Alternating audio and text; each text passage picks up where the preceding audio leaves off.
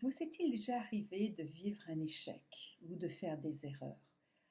Je crois que tout être humain en fait. Déjà, dès qu'il est bébé et qu'il commence à marcher, il va avoir un échec parce qu'il voudra se mettre debout, puis il n'y arrivera pas, le petit enfant qui commence à apprendre à se tenir debout ou à marcher. Mais au fur et à mesure de nos apprentissages, parce que nous autres êtres humains, on est des êtres d'apprentissage, hein, eh bien, effectivement, on va apprendre et on va avoir des échecs et on va faire des erreurs. Ce qui est important dans tout ça, c'est d'en prendre conscience, parce que si on redoute absolument d'avoir des échecs ou des erreurs, on va avoir tendance à devenir perfectionniste ou je m'en foutiste, c'est même pas la peine que j'essaye, j'y arriverai jamais, ou de toujours vouloir faire mieux, faire mieux, faire mieux, et se reprocher et s'en vouloir et être en colère contre nous-mêmes si on n'a pas réussi du premier coup, alors qu'on est des êtres d'apprentissage. Et que chaque fois qu'on aborde quelque chose de nouveau, on va avoir une période effectivement d'essai-erreur parce qu'on ne maîtrise pas la langue, on ne maîtrise pas la mécanique, on ne maîtrise pas tous les éléments de la recette, etc., etc. Mais ce qui est important aussi de réaliser, c'est que notre attitude face à ça va totalement changer la donne. Si vous vivez un échec et que vous décidez que vous êtes une pauvre victime parce que vous auriez dû gagner ou parce que vous auriez dû réussir ou parce que vous auriez dû avoir le trophée, le prix, etc., ça ne va pas vous faire avancer loin de là.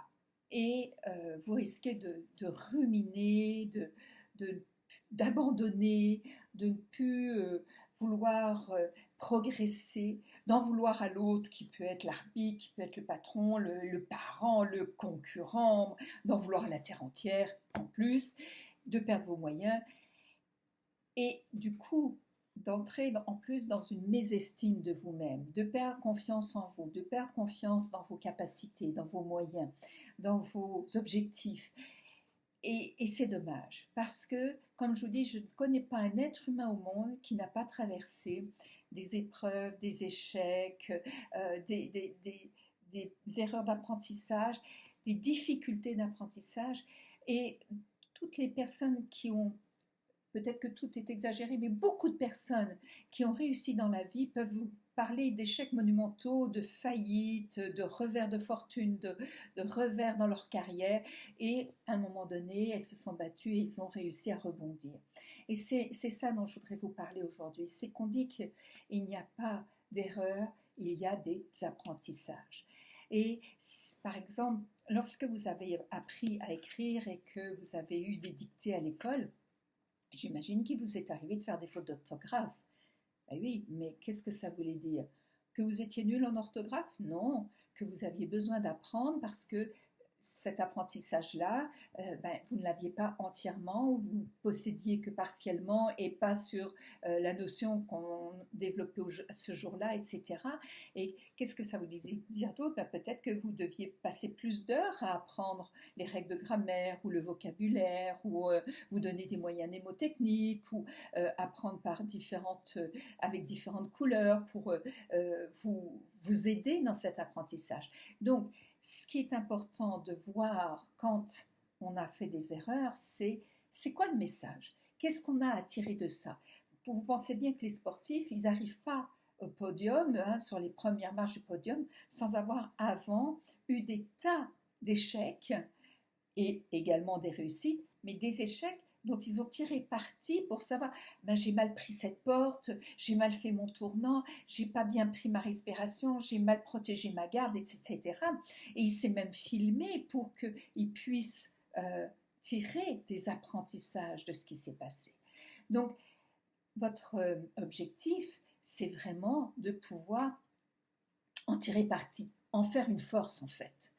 Et pour ça, eh bien, vous avez besoin d'en prendre conscience. Prendre conscience que ça n'est pas un échec, mais un apprentissage.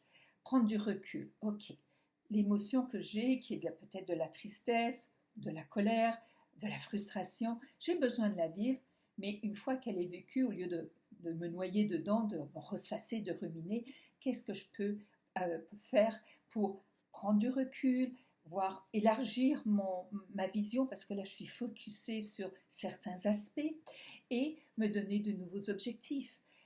me donner de nouvelles étapes, parce qu'un objectif, ça se fait par palier, par étape, aller chercher de l'aide, voir quels apprentissages complémentaires, supplémentaires, j'aurais besoin.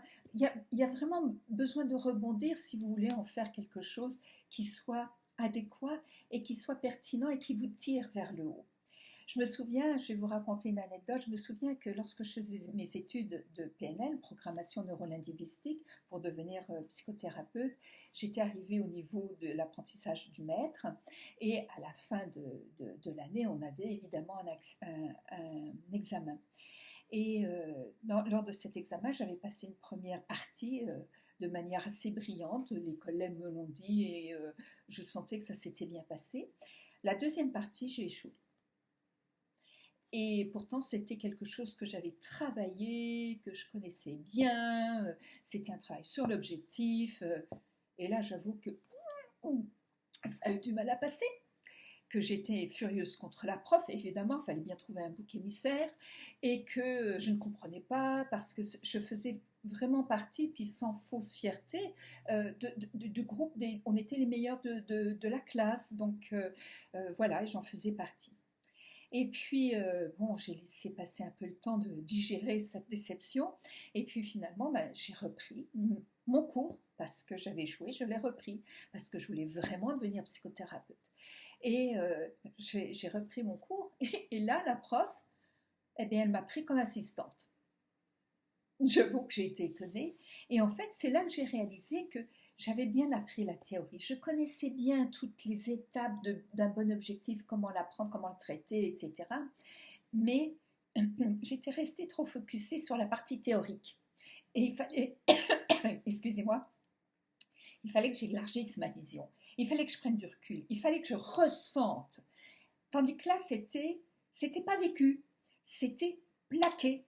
Et ça m'a fait prendre conscience vraiment de quelque chose d'important qui m'a servi toute ma vie après comme thérapeute, qui était de ne pas m'arrêter au haut de l'iceberg, d'aller un peu plus loin, d'aller voir ce qu'il y avait derrière.